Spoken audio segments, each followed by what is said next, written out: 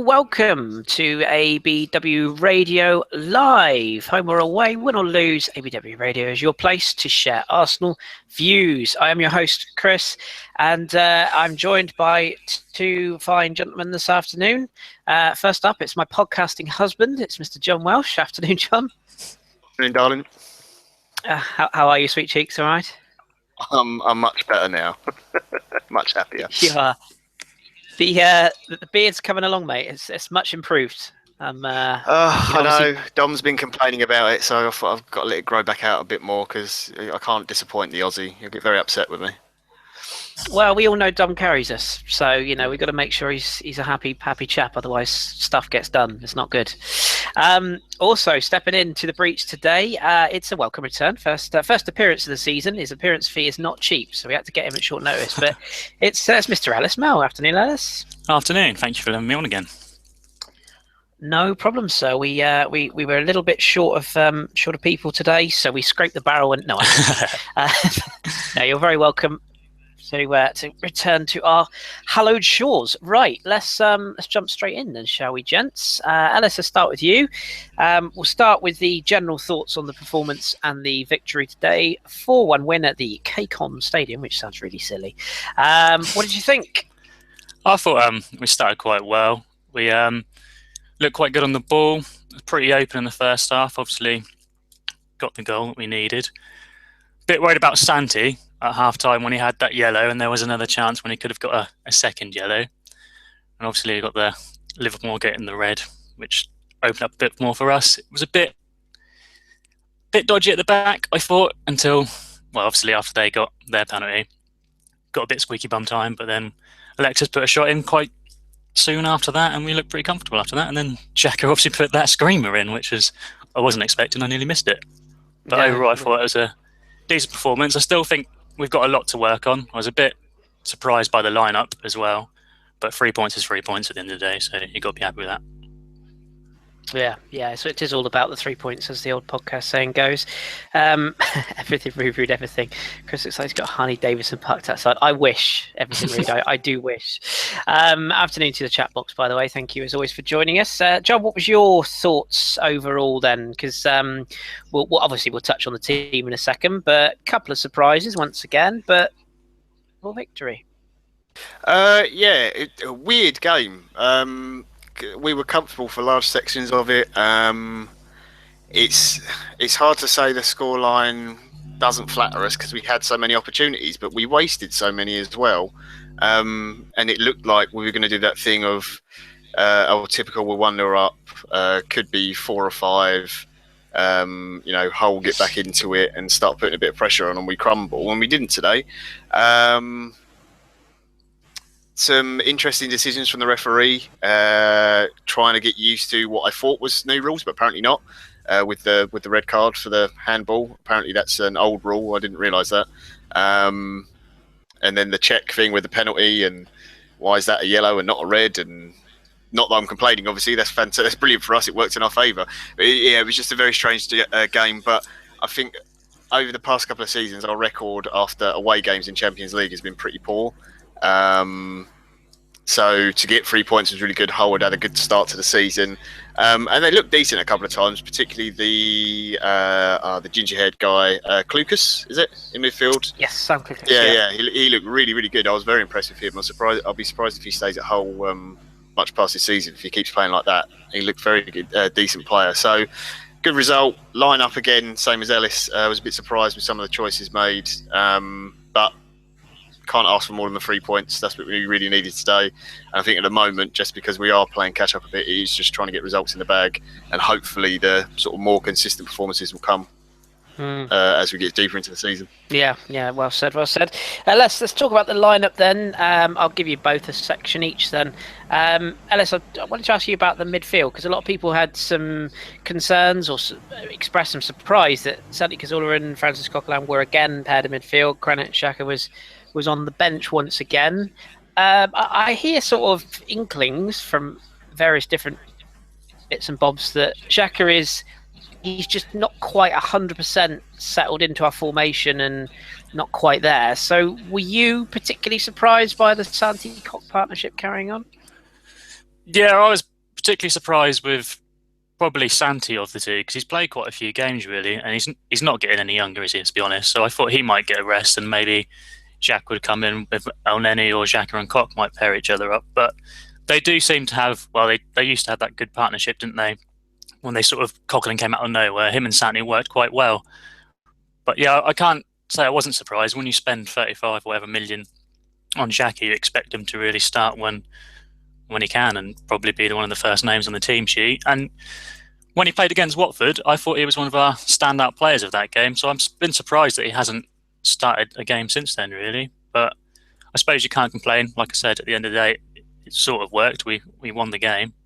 And I think, obviously, Xhaka got a goal when he came on. But if you're saying what you're saying is true, then perhaps he isn't quite ready there. I don't see him in every training session. Arsene Wenger does, and he's the guy that makes a decision at the end of the day. Yeah, absolutely. Well put. John, with regards to the up front thing, again, that Rudy's just put in the chat, we won 4-1, who complains over the lineup now? He's got a point, hasn't he? I mean, it's very easy to, you have that kind of irrational, what's going on now? And then you come up with a victory and you go, okay, fair enough. The one thing I'd say about Alexis up front, I said to you in our chat in my pre-game, I don't really understand it for this game in particular, but that second goal that he scores, he's in exactly the right place as a centre forward to score that. So, are we all to eat a bit of humble pie? Do you think? I'm still not sold on it personally. I know they said Giroud had a knock. I'm not necessarily sure I buy that. I think that might have been more, you've been a naughty boy, shouldn't have done what you did in the Champions League. But yeah, maybe he genuinely has, but I don't think so. He looked fine when he came off the pitch. So I think it is more down to that red card. The Alexis thing's weird because when he plays wide, he cuts inside anyway. So he just finds those spaces and gets those knockdowns and stuff like that. So he sort of pops up there anyway. I'm still not sold on it. Certain games, I think it's going to be fine. If we, a late stage in the Champions League, if we're away against a tough team and we need to hit on the break, then maybe because there's space to get in behind, I can see that makes sense there.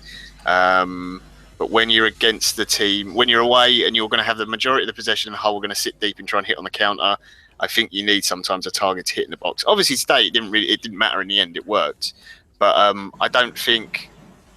It will be fine in certain matchups, but I think those are going to be limited because the majority of the games we're going to have a lot of the ball, and there's not going to be space for him to move in behind. So I don't think it's always going to work for us, to be honest.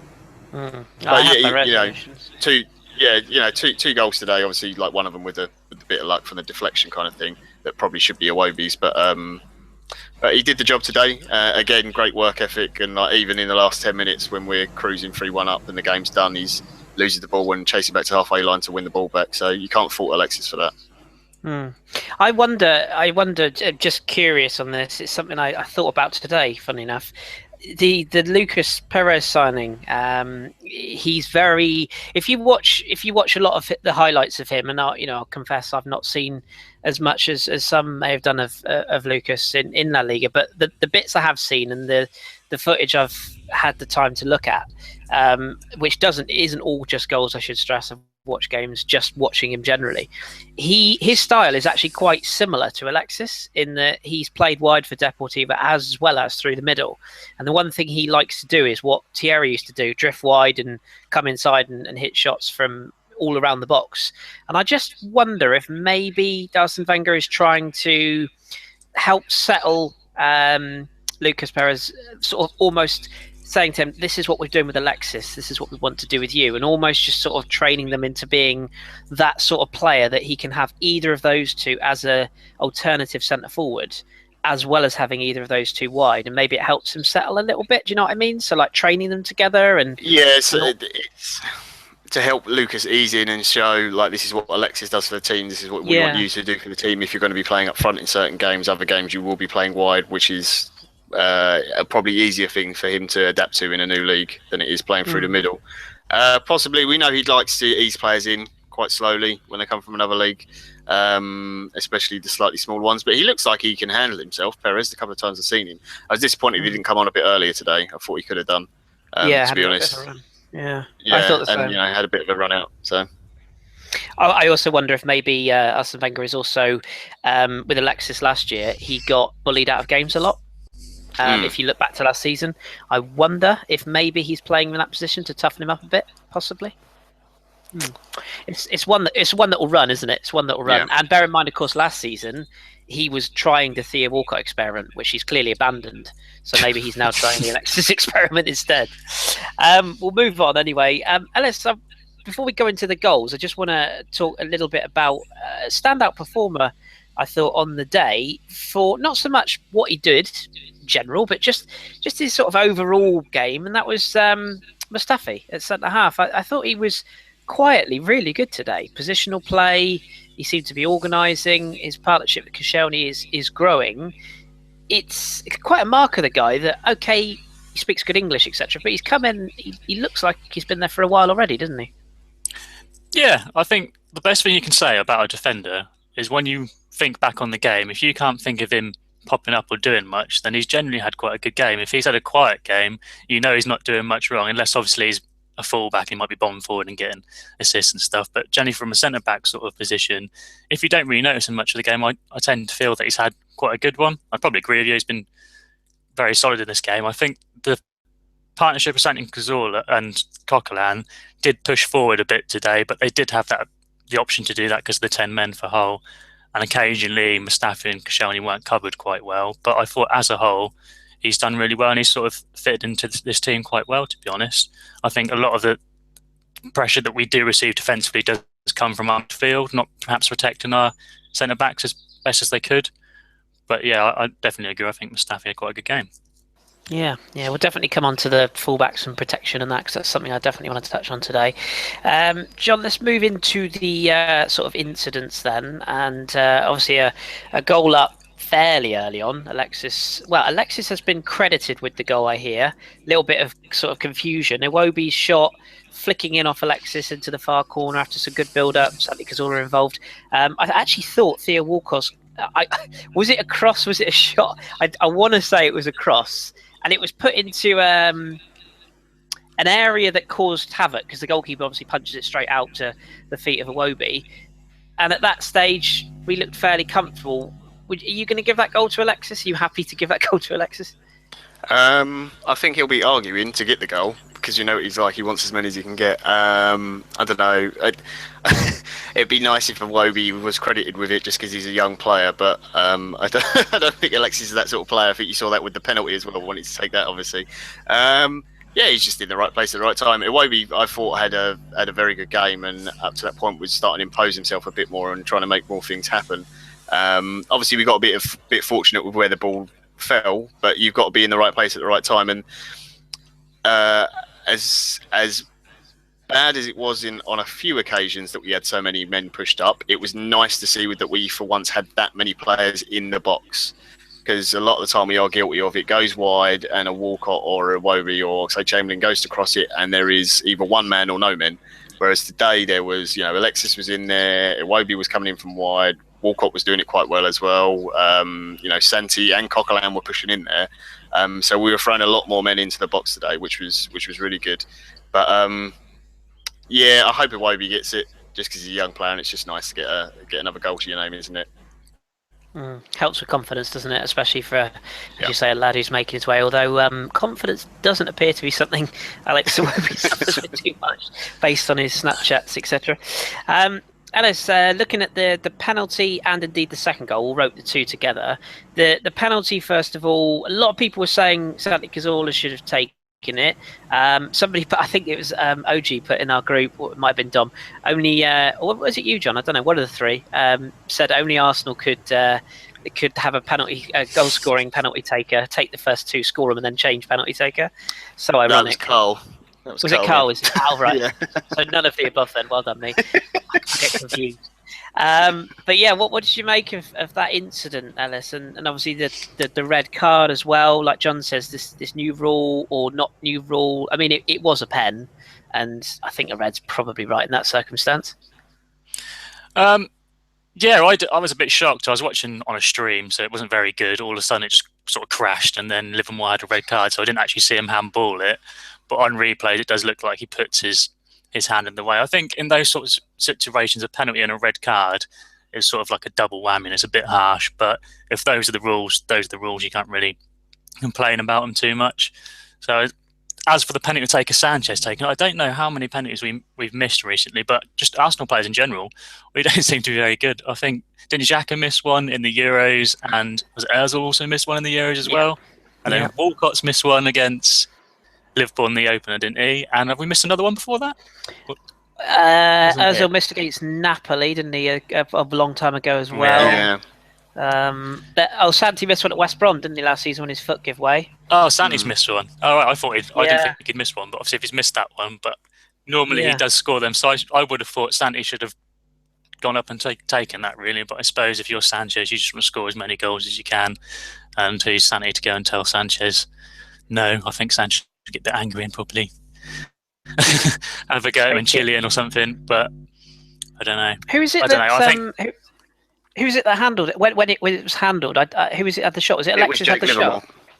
No, Coughlin had the shot, didn't he? And it looked like it was going to go in. And he's played like nearly 100 games and still hasn't got a goal. So he probably loved that if that went in. Bless him. But because I wondered if perhaps, because you remember the old days with the Pires Henry days, if one player was fouled, they gave it to the other one. Do you remember those days? Oh yeah.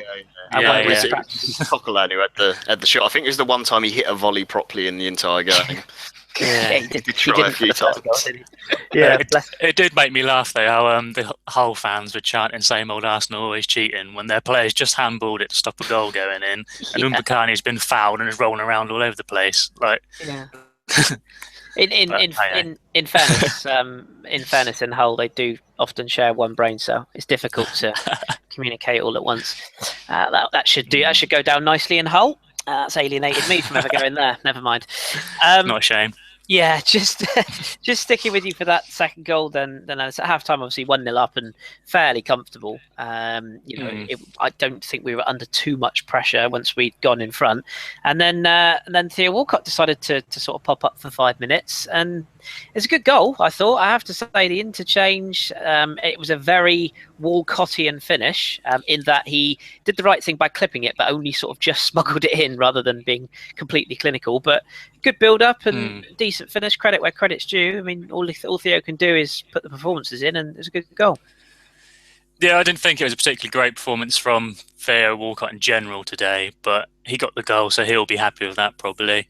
Like I say, it's a typical Walcott finish. When he doesn't sort of have time to think and dilly-dally on the ball, he'll probably just put it in. But when he does have that time and space, he normally ends up making the wrong decision. But I thought Theo Walcott is a very frustrating player, and a lot of Arsenal fans find him frustrating, judging by Twitter as well.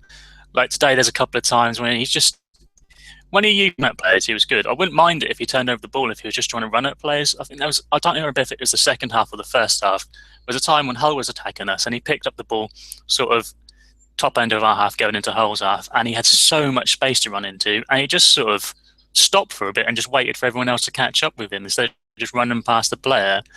And most times during the game, he'd sit there, wait for a player to go for the pass, and then misplace the pass because the pass had been obvious because he's been stood there for 5 seconds waiting to pass to the same person or making it obvious that he's going to pass to that person. But I suppose he's got his goal, and I think defensively he wasn't too bad. It's just the amount of times he turns over the ball. I suppose a lot of Alexis's game is like that as well. He can turn over the ball, but he sort of makes up for it because he has these moments of magic and works like a what's it to get back and win the ball if he does lose it. But I don't know. It was a good goal at the end of the day. He got a goal for himself, so he'll be happy, won't he? Yeah, it's an excellent point. I say we'll definitely touch on that protection of the fullbacks issue. John, so at 2-0, we were cruising, and at that stage it was a bit of 10 minutes to go. We were playing the ball around, sort of just. Oh, sorry, just before we move on, we should say on that goal, the back heel from Iwobi. Oh, yeah. How he managed to get it out of his feet. The control. That was lovely. Yeah, he's technically very, very good football. He had a very good game, Iwobi, didn't he? He looked good against PSG as well. I think he's been doing well. He's got, like you say, he's not short on confidence, and he does well. Arsenal absolutely loves him, doesn't he? Really big fan of his. I think he's getting the nods, and he's a big fan. Good athlete as well for such a kid. But John. So we're sort of 2-0 up and cruising, and everything sort of seems to be fairly straightforward and lovely and happy. And then all of a sudden we do an Arsenal. Talk me through that penalty incident. It was weird because throughout the game we'd been getting, the times when Hull were getting forward was a lot of it down our left-hand side, a lot of it targeted on Monreal. Not because he's a bad defender, just because he wasn't getting much cover. I agree, Iwobi I thought was very, very good today. The one problem he has got at the moment is his defensive responsibilities he's not doing enough of. That again is just the sort of thing that you get from a young player, a bit of inexperience, something they have to learn. And I think majority of his game time at youth level, he's played more as a number 10 than as a wide man. So he perhaps has had less of that responsibility. But it's something that happened a couple of times again against PSG as well. And just letting that cross come in from that side, I think Czech just was a little bit slow to react.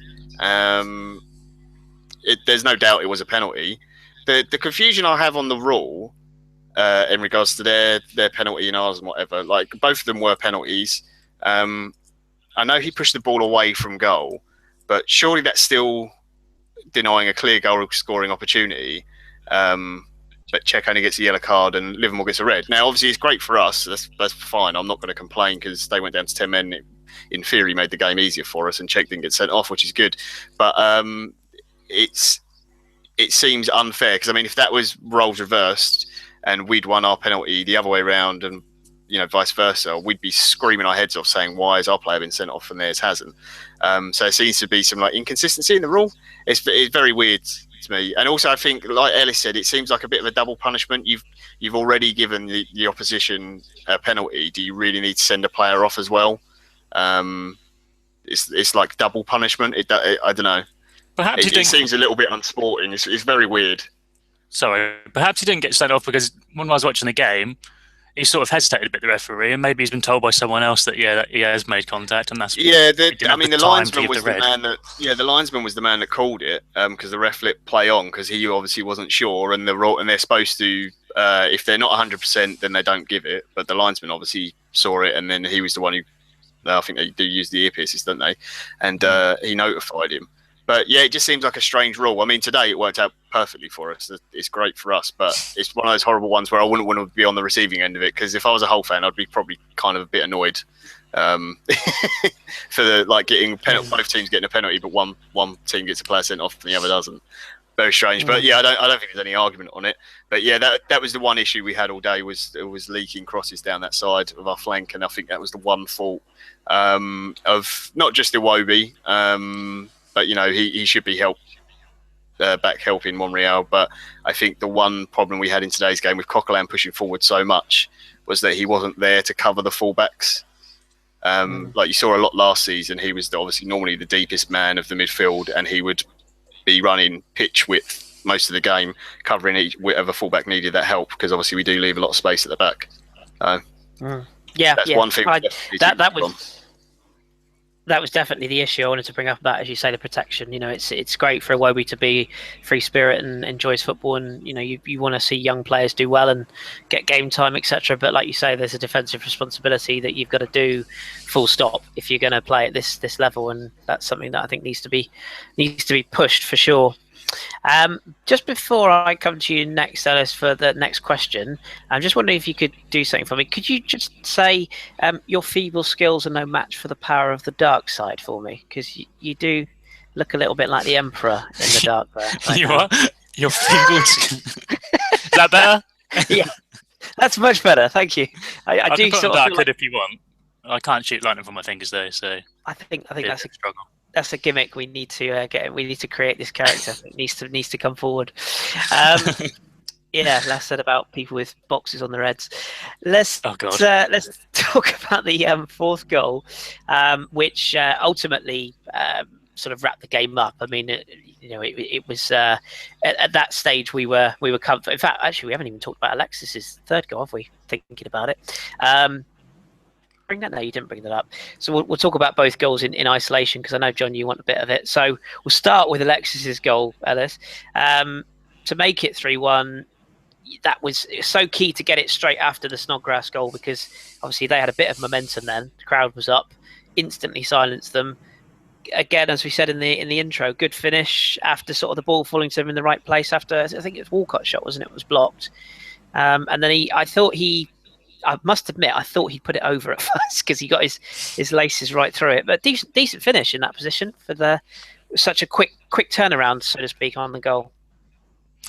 Yeah, agreed. Like you say, their penalty sort of came out of nowhere. We were quite dominant then, and I thought we were probably going to go on and score a third. And then they get the penalty, and like you say, the fans are on the back, and it gets a bit squeaky bum time for Arsenal.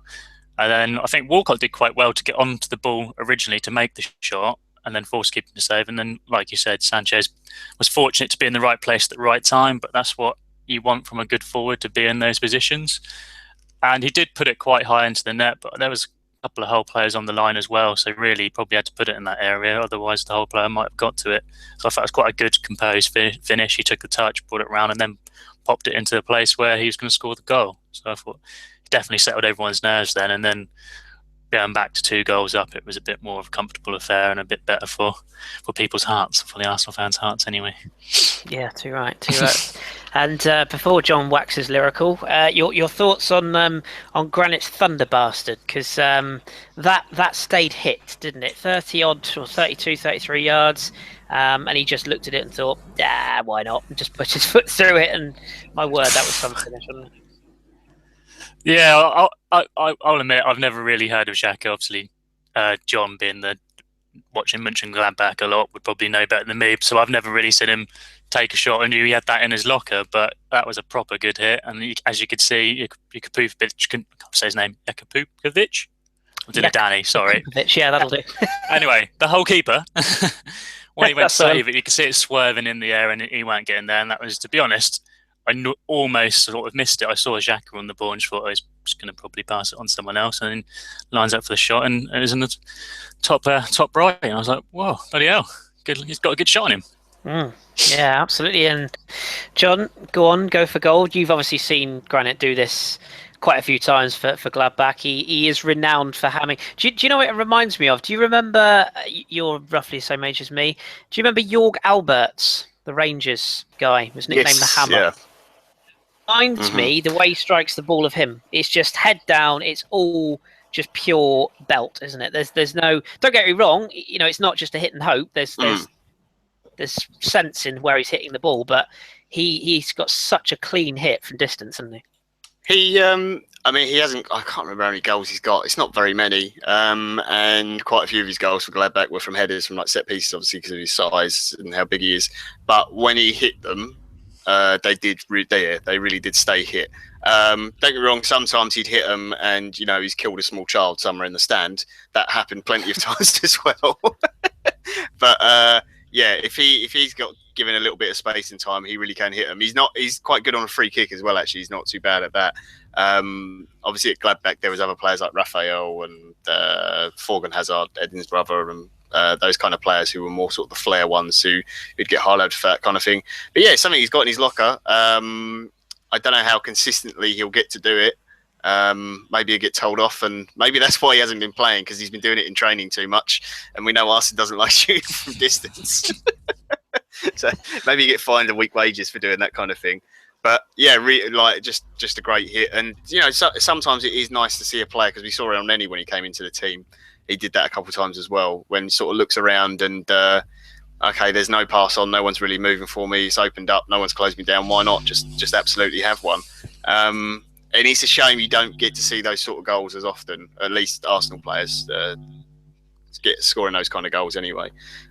You sort of go back to the Ramsey one out in Turkey that he hit the weird sort of volley thing. Santi, probably his first season when he came to the club, I remember hitting one from distance, but it doesn't happen too often these days. So yeah, it's nice when you get to see one of those and you get to savour them. But hopefully he gets some more. But I would expect that he's more likely to get goals from sort of set pieces and getting his head on things than hammering him from distance, because I'm sure they'll be happy he got the goal, but I don't think that's really in Arsene's locker. It's not in the playbook to do that kind of thing, is it? No, it's the time to do it. It's 3-1 up away from home with a minute to go, isn't it? I suppose that's the fine. K-Man in the chat is that's going to stick. Granit the child killer, or Xhaka the child killer. I saw that. That's definitely going to stick. There's a Twitter handle if ever I saw one. But yeah, I mean, so I mean, overall, we're pretty happy. There's a couple of things I just want to sort of pick up on, generally on a positive nature of it, discussion points. And afternoon to Ahmed, who's just popped into the chat there, regular viewer. John, I'll start with you because I wanted to bring up something that you would have seen the wizard himself, Mr. OG, brought up in our WhatsApp group. And we were talking about the Coquelin-Cazorla partnership, which worked brilliantly last season. I don't think there's anybody can debate that. And then obviously it was broken up when Santi got his injury at Norwich, I think it was, and we didn't see it again. He started it back this season probably for similar reasons. OG made a really good point in our chat where he said that this season it seems like we're almost playing a 4-1-3-2.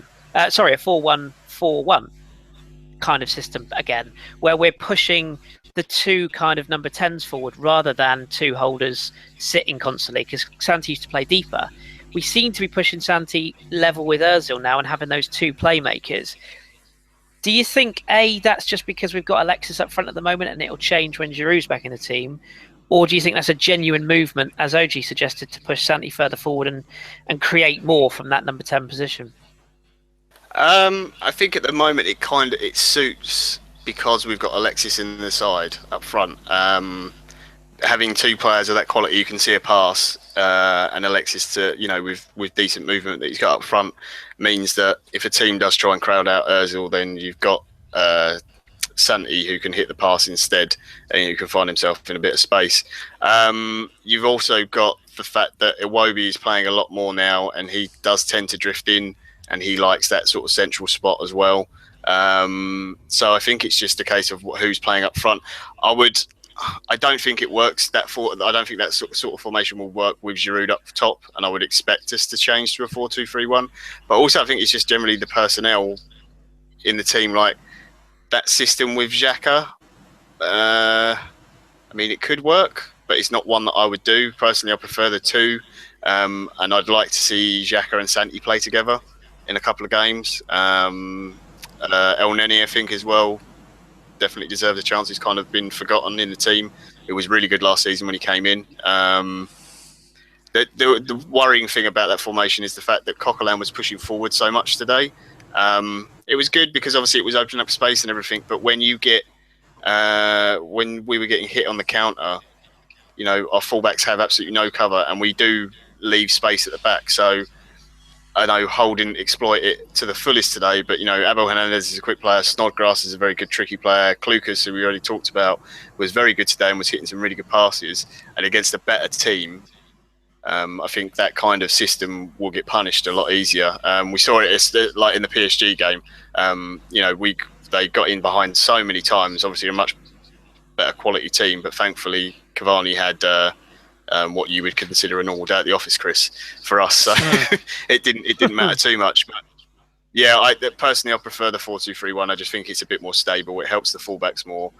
It means that because we do tend to go narrow, I feel a bit safer when we're playing 4-2-3-1 because the fullbacks can provide us that width and get on a little bit more because there is more protection at the back. But yeah, it's interesting. I see the point. It's definitely not. We're not playing the same system as last year, but I do think it is more down to Giroud. Maybe with an eye to bringing in Lucas Perez. Maybe Perez will be eventually more of a starter, and Giroud will be more of a man off the bench this season. I don't know.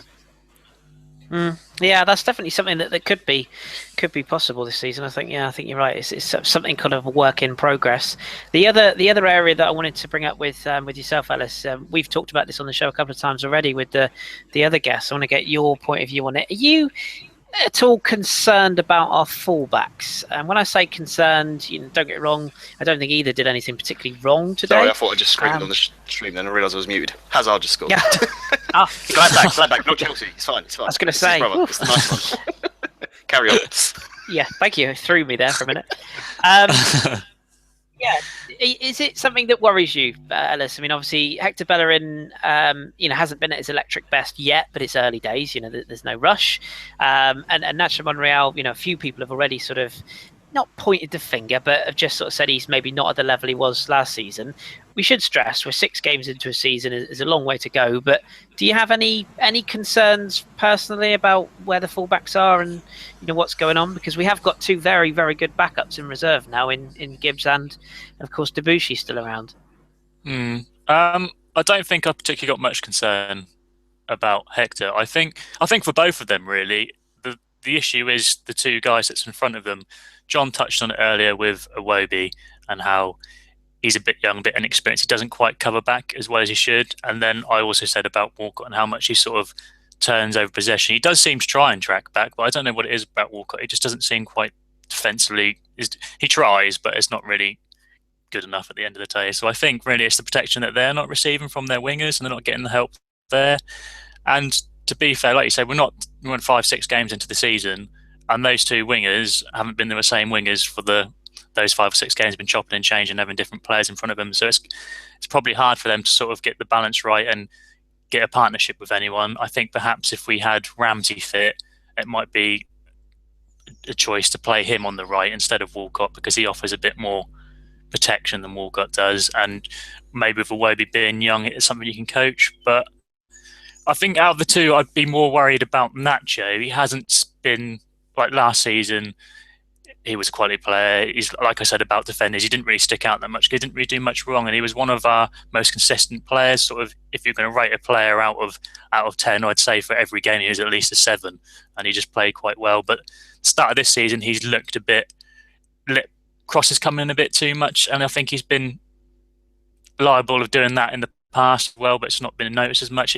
Perhaps we might see Gibbs might come in for a couple of games and we'll have a better picture there, but I'm not massively concerned.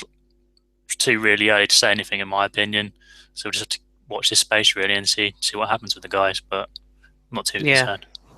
No, I know. As John and myself have spoken to Neil Chimp, who thinks that Gibbo will probably be in the side sooner rather than later, and sometimes you just get those phases of play, don't you, where they're brilliantly on form for a minute and then it sort of goes quiet. So I wouldn't write Nacho off. I think he'll be fine. It's just one of those things, one of those periods. Yeah, maybe he's just got a bit complacent, and having Gibbs come in for a game or 2 might give him the kick up the arse, and then he'll be back to his normal self or his better self. Who knows? Yeah, I think that's a fair argument. Absolutely a fair argument. Let's have some sort of sum up thoughts in general then before we take a few questions and sort of open the lines, as it were. John, in the grand scheme of things, obviously we had that poor start against Liverpool. It's been fairly decent ever since then. I mean, we're up to 2nd as we speak. Obviously, Man City are 5 points clear already, which is a bit scary. But with Chelsea losing last night, and of course that means Liverpool, it's their year, of course, standard. But we're in a fairly good position, would you say, going into the next game, which I think is Chelsea, isn't it? Up next, after Forest, of course. Yes, it is. Yeah, next Premier League game, it's Chelsea. Always happy one. I mean, the thing that disappoints me. Obviously, I'm happy that because we got such a bad start to the season, and there is so much anger and disappointment, and because of the transfer window and everything, and all the usual stuff that happens every single fucking year. It's so annoying and repetitive. Obviously, we've improved game on game. I still haven't seen a stellar performance. Like Watford was probably our best game, and it's one you just expect us to win anyway. And there were still moments in that weren't great. But when you think we played PSG away, we got a point, which is a good result. We went away after that game to Hull, who had been in pretty good form and playing some nice football. Beat them in the end quite comfortably, something we don't tend to do after away games to Champions League. Yes, Liverpool, the result was obviously very disappointing. Southampton game, got very lucky in, but got the points. So it's better. I do think City are probably going to blow away most teams this year. They do tend to start very quickly anyway, but it's the whole Pep factor, and some of the players they brought in are just so good, and Gabriel Jesus to come in as well in January. They're the team to chase. So I think we need to see it now. Like how we do against Chelsea next week will be the big thing, and are we going to stick with? Is this our now settled lineup? Is this like the strongest starting 11? Or as Arsene sees it, the strongest starting 11 week in, week out. Because I still think that Giroud probably should be a starter in our team. and I think Xhaka definitely should be a starter in the team. So it'll be interesting to see. But Ellis made a really good point about Ramsey being missing. That does skew the balance slightly, because when he's in the team, you can play him wide, and it gives a bit more defensive cover because he does work so hard. So maybe he's just going out for more pace at the moment and just trying to blitz teams until we get Ramsey back in the team and he can try and balance it up a bit more. Yeah, Ramsey to come back in is going to potentially improve the options you've got at least, and maybe improve that protection on the right hand side possibly. I mean, he varies it, and sometimes he's very good at protecting the fullback, other times he's off on his little travels, so we shall see what happens. Okay, and a question for you, Ellis. I mean, are you looking forward to the Chelsea game next up in the league? Are you apprehensive? I didn't actually see the game last night. I know, shock horror, but I saw the result obviously.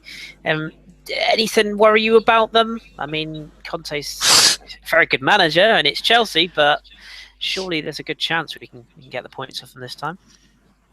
You'd like to think so, but it's Chelsea, isn't it? We haven't had a good game against them for a long time, really. So I'm a bit nervous. I did watch the game against Liverpool. They didn't look, for all the plaudits that Conte does get about his defensive aspect of his game, they didn't look that good defensively, especially for the first goal that Liverpool conceded. So they can be got at. So we could get a result. Are we at home against them? I think it's at Scunthorpe Ditch, isn't it, John? Have you got that? Let me have a look. No, we're at home. Oh, we're at home. We are Okay. at home. Good. So okay, well, I'd like to think if we're at home we can get a point at least. Like after this fixture though against Chelsea, we have got quite a good run of fixtures coming up. So it's not the end of the world if we do drop points at Chelsea. But it's Chelsea, isn't it? You know what they're like. But is John Terry still going to be injured for that game? Because he was out last night, and David Luiz, I'm not sure what you guys think of him, but I do not rate him. And if he's in that defence, then we've definitely got a good chance because he just goes walkies. He leaving PSG has improved PSG. That says it all. No, I believe John Terry is out due to being a massive cunt. I think that's well, surely he should have been out a long time ago then. To quote Andrew from Arsenal, I think he's been banned from life, or he certainly should be. So I don't know what his situation is. I know he missed the game last night with the ankle problem, and hopefully he is out for a considerable period of time. But in a way, you almost want like David Luiz to stay in, don't you? And just as you say, to sort of see how we get on against them. But just quickly before we take these questions, I'll ask you both the same question. I'll start with you, Ellis. Wednesday, I think it is, Nottingham Forest. Do you care? I do care because Lord Bentner might actually play. That's the only thing I'll be looking out for. I'm not really into the whatever it's called. Is it Capital One Cup now? Or is it something else? It's EFL Cup, I believe. Yes. Whatever it's EFL called now. Arsene Wenger's never really taken it that seriously, so it's not a competition I really look at. It's just it used to be a competition you got to see the youngsters, so it might be interesting to see what team we do put out, and if we see some of the young guys coming in and having a good game, it would be interesting. But I'd just be more interested to see if Bender's still shit. God bless him. Alvaro Negredo has just scored for Middlesbrough, by the way, at Everton. That's a spanner in the works. Lovely little goal, this little cross, big header, Bush. Oh, he put the goalkeeper in with it. Lovely job. That's an old-fashioned goal if ever I saw one. Tommy's made an appearance in the background there as well. Hi, Tommy. John, do you care about Forest other than the Lord potentially returning? Because you know what will happen now. It'll be a Lord hat-trick with a Henry Lansbury hat-trick of assists. That's probably what will happen now. I mean, I'm not bothered about winning the actual competition itself, but I always want to win every game. I hate losing, regardless of what team we put out. But like Ellis said, it's normally a good chance to see some of the younger players. So I hope to see the Jeff. Maybe Akpom gets a game. I assume maybe El Neni maybe gets a shout. I don't think we can afford to go really, really young because Forest are a pretty decent team. So Gabriel and Holding maybe get in. Maybe Ramsey as well if he's coming back to fitness. Yeah, it might be like a sort of comeback, do 60 minutes, something like that. Yeah, so it should be a fairly decent team we put out with, like I said, like Jeff, Willock, Akpom, maybe a couple of the other younger players getting in. But I'd expect El Neni and a few of the others to get some minutes. Maybe Giroud will be allowed to play in it as well. He's not getting much game time. Maybe he didn't put Xhaka in today because he was saving him for the big game on Wednesday. Maybe that's the big game. Oh, it's Tuesday night. Tuesday, is it? Right, yeah, it's Tuesday night. Wait, I don't think it's on the box anywhere, as far as I know. Anyway, we're not here anyway. I would play Lucas Perez in that game as well. Personally, I'd give him a run. Yes, just sort of see if he can get because he strikes me as a player that you can see by just seeing him. It sounds silly, seeing him on Snapchat and stuff like that. He seems like a guy who's settled in quite quickly. He seems to have friends at the club already, and he seems to be involved with everybody. He doesn't look like a lost sheep, but he does strike me as a sort of player who might need a goal to settle him into the club, if you know what I mean, and get him involved because the game passed him by a lot against Southampton, and that's only natural. So I'd like to see him get some minutes, but that's Tuesday, so we'll be back after that, of course, after that game to discuss that. Right then, let's take some questions. We'll start with Felix Muzingi. Will he start Sanchez for Chelsea? I presume he means up front, I'm guessing. Ellis, do you think that's likely to happen? Can you see Alexis Sanchez in that forward role against Chelsea again? I don't know, to be honest. I don't particularly think that's his best position. I think he's best coming in wide, and even when he does play up front, he still drifts out wide and then comes in. But like John said earlier, he got 2 goals today, so maybe they might start him up there. But I just think he's a lot easier to defend against because he's not a big lad, he's not tall. He's, I think, a big physical presence like the Chelsea defence could probably keep him quiet if he's up there playing the lone striker by himself. So I think Giroud hopefully should get a start, or I'd like him to get a start and maybe move Alexis onto the left or even the right and have Iwobi on one of the other flanks as well. But he's definitely got a start, but not necessarily up front by himself. I don't think that'd be too good against that Chelsea defence, even with David Luiz. No, I'd like to see us go with pace wide and attack them that way because I think that's where you can get at Chelsea right now, and particularly with Conte still settling things into his situation. And I got a horrible feeling that Kante in that sort of holding midfield position could potentially mark Alexis out the game, and that would worry me. Whereas Giroud, I think naturally height against Conte is the one thing that you can combat him with, so that's what I would like to see as well. I totally agree. Gareth Barry's just scored a goal for Everton, by the way. How bizarre. Alonso Spencer, that's a name if ever I had one. Brilliant. John, do you put Ramsey, if healthy, and El Nene in partnership against Forest? I don't see why not. Ramsey needs minutes. El Nene needs minutes as well. So if it's a game to do it, this is the perfect one to do it in. I know some people obviously want to see as many as the younger players as they can, but it's about keeping the first team happy, but also as fit as possible in case anyone does drop out. Someone has put in the chat that apparently Arsene Wenger has said that Ramsey won't be available for Tuesday or the Chelsea game. I mean, I always take those sort of comments with a pinch of salt because you never know. It may be just something they're just putting out there. But yeah, I'd like to see Ramsey get some minutes to try and get his fitness back up because obviously I think it'd be nice to have him as an option for the Chelsea game at least. But yeah, why not? I'd start them too. I really like El Nene. I think he's a very good player. He came in, did really well last season, especially the short period he had to adjust in. So I think he's a decent player. Yeah, you're being trolled again, by the way, John, by Dom in the chat. Mr.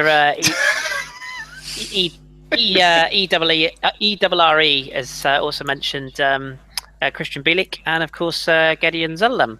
No. Thank you very That's much. Pathetic.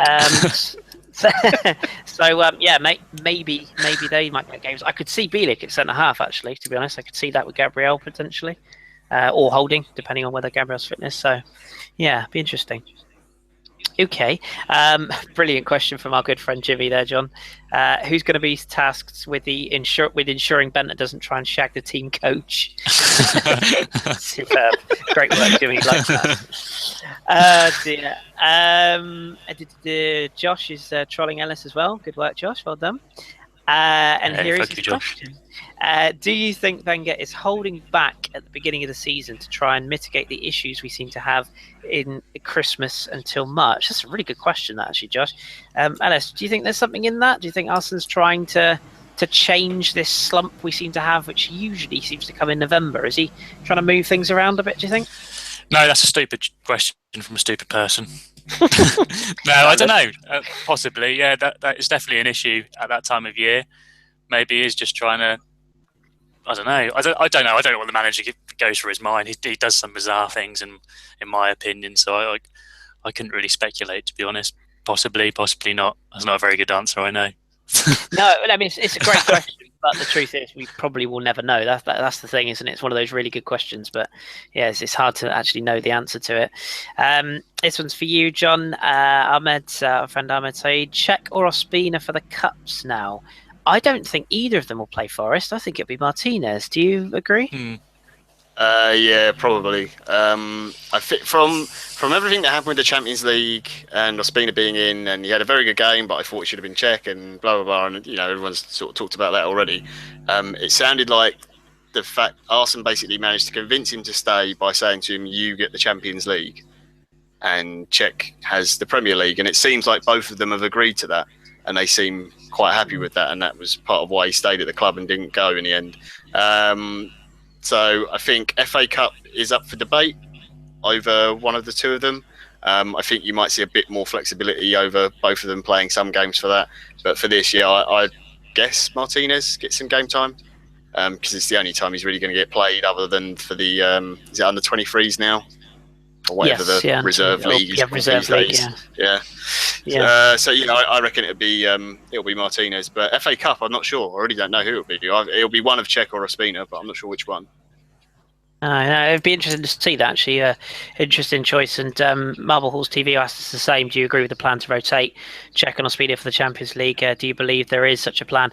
The guys covered that really well on Thursday's pod, which we'll touch on in a minute. And also good debate with Paolo Bandini with Arsblog this week. John, you'll be familiar with Paolo. Yeah. He had some very interesting points on the goalkeeping rotation thing that goes on at big clubs. It's well worth a listen if you haven't. So we don't like to promote too many shows on our medium, but we can give Andrew a plug. Okay, I have a question for you, John. In fact, briefly to you both, which kind of came inadvertently from Steve, Lord Hillwood of the ABW parish. He was asking in the main group to bring up the topic of the enigma that is Theo Walcott. He really does divide opinion, doesn't he? Because Steve's not a fan, I think it's fair to say, of Theo Walcott and how much he goes hiding in games, etc. I didn't think he was bad today, but equally I don't think he was, amazing. The one thing he has done this year is he seems to have been able to change his game and at least put in a bit of a shift this year. He seems to be more focused. So I just want to very briefly get both your opinions on Theo, whether he's changed enough to justify another chance this season, or whether you're still in sort of Steve's camp of he really shouldn't be anywhere near the side. So I'll start with Ellis. I'd have to say I'm in Steve's camp, really. I before the transfer window, I thought Walcott would possibly one of the players that might be off this summer, but he's on quite big wages, so that's probably why he didn't go anywhere. But I agree with you. He seems to have been up in his defensive work and getting a bit better that way. But I just think for a guy that's been at Arsenal Football Club for 10 years, he hasn't really progressed. He'll still get us goals like he did today. He'll still pop up with the odd few goals here and there, and it's what you need, I suppose, and what you want from a player. But he's just very frustrating for me personally. I'd much rather have someone else on that wing, be it Aaron Ramsey or having Sanchez there and then Iwobi on the left than Walcott. But at the moment, that's what we're sort of stuck with and what Arsene's playing. So as long as he's putting on that shirt and playing that position, I'll get behind him and then I'll give him all the shit on Twitter and in WhatsApp chats to everyone else. But no, I'm not a massive fan. Fair point. And again, very, very measured. John, do you want to blow Theo out the water, or do you want to sort of have him on a little bit of a leash and give him an opportunity to skip around for a bit longer? No, I think he started the season much better. I mean, last year he was dreadful. Today, obviously, he got the goal, decent finish. Sanchez's second goal, good run from Frio, good little combination play between the two of them. He should have scored though. He should be putting away those chances. Great that in the end it didn't matter. Alexis scored, but he should have. His crossing today was still really bad, but he was making better runs. And if he keeps that kind of effort up, then it's good. The thing that did make me laugh is that when he came off, they said he had a tiny bit of cramp, which is kind of amusing that he's now got cramp because he's working a bit harder than usual. So maybe that's a little bit harsh on him, but no, it's he's so frustrating because is it 100 goals he got today? Was it career goals? I think it was. 100th, yeah. He scored 100 goals. Bloody hell. Yeah, and you think 100 career goals, well, that's really good. But then you're like, he's been at Arsenal 10 seasons. So it's not amazing. Okay, but then I suppose you have to factor in that he was injured for long periods and he's played on the wing a lot. And I think it was that period of when he was constantly moaning about, I'm a striker, I'm a striker, I'm a striker. We don't get a striker until obviously Perez signs. And he says, oh, no, I'm a winger because it didn't work out last season and he looked rubbish. You know? So you just have to take it as it is. I think right now there's not anyone better to play there. Like Oxlade-Chamberlain isn't in good form at all. Perez obviously is new to the club. The Joel Campbell thing was sending him out was weird. Didn't quite get it. I think we should have a better player than Joel Campbell in the squad personally. But if he's performing better than others, why he gets sent out on loan and someone else doesn't? It's very strange. So I think that Ramsey probably, if he comes back fully fit and firing like we know he can, he'll probably end up taking that right hand side again. Just because last season our best team was Giroud, Alexis, Özil, Ramsey, Coquelin, and Cazorla was when we had our best run of form. Yeah, and I was pulling my hair out going, Cazorla shouldn't be in the team and Ramsey should be playing in the middle and not wide right. And as soon as that got changed slightly, we started losing. So what the fuck do I know about football? Yeah, that is. It always seems to catch you out, doesn't it? When you sort of think you know it, and it's like, no, I don't know. Yeah. I agree. It's a hard one to judge. But he's massively frustrating, and I think if it wasn't for the fact that he was on the wages he's on, we could have probably sold him to another club. But I just don't think he would have taken lower money anywhere else, and no one was prepared to pay him those wages. Otherwise, I think he would have gone because we certainly listened to offers for him. Yeah, I think you're absolutely right. He is one that divides opinion. Good question, that Steve. So thank you for that. Our final question before we crack on is from Mark Blundell, who has a habit of asking good questions. And I'm glad, Mark, I was listening. I'm glad you did ask the podcast the question we didn't have time for on the radio last week. I'm glad it got answered. I think Dom answered it for you. So good stuff. But we have got time for your question this week. It's on the same lines, actually. Mark made the point on Thursday about the lack of cover for the fullbacks, which obviously we have covered. But he said what seems to have clicked since Tuesday, because obviously today it hasn't been highlighted as much. John, is there an argument to say that nothing really has changed? I mean, they were still exposed today heavily. It's just that maybe Hull weren't quite as good as Aurier in it actually exposing them. I think we still got found out a few times at the back. The obvious strength in Hull's team, there, some of their best players, obviously Snodgrass has been in great form, and El Mohammadi, who's caused us trouble quite a few times whenever we've played against him, both down one side, and it still wasn't addressed today. It's Arsenal's obviously he's got to pick one thing or the other. Either he starts not berating, but explaining to Iwobi that he's got to come back and cover more, or he stops Coquelin pushing forward so much and makes him do what he was doing last season, what he was doing very well, where he's covering the fullbacks. So it's got to be fixed at some point, because I think today was just a difference in class. Hull, they're a decent side, but then they're no scratch on PSG, so they're not going to trouble us as much. But you see, they still made a couple of half chances and they got themselves a penalty. So it's something that definitely needs to be sorted out. It's disappointing when you spot flaws and you see them consistently happening over and over again. Okay, I know it's only been 2 games running, but it's something you want addressed quicker and see more immediate impact on. Yeah, you want to see something, evidence of something being changed. It was like last season with set pieces, we were a bit slack on that and picking up men. And I know we do the zonal thing, but the communication for corners and things wasn't very good. So it's something that definitely needs to be sorted out.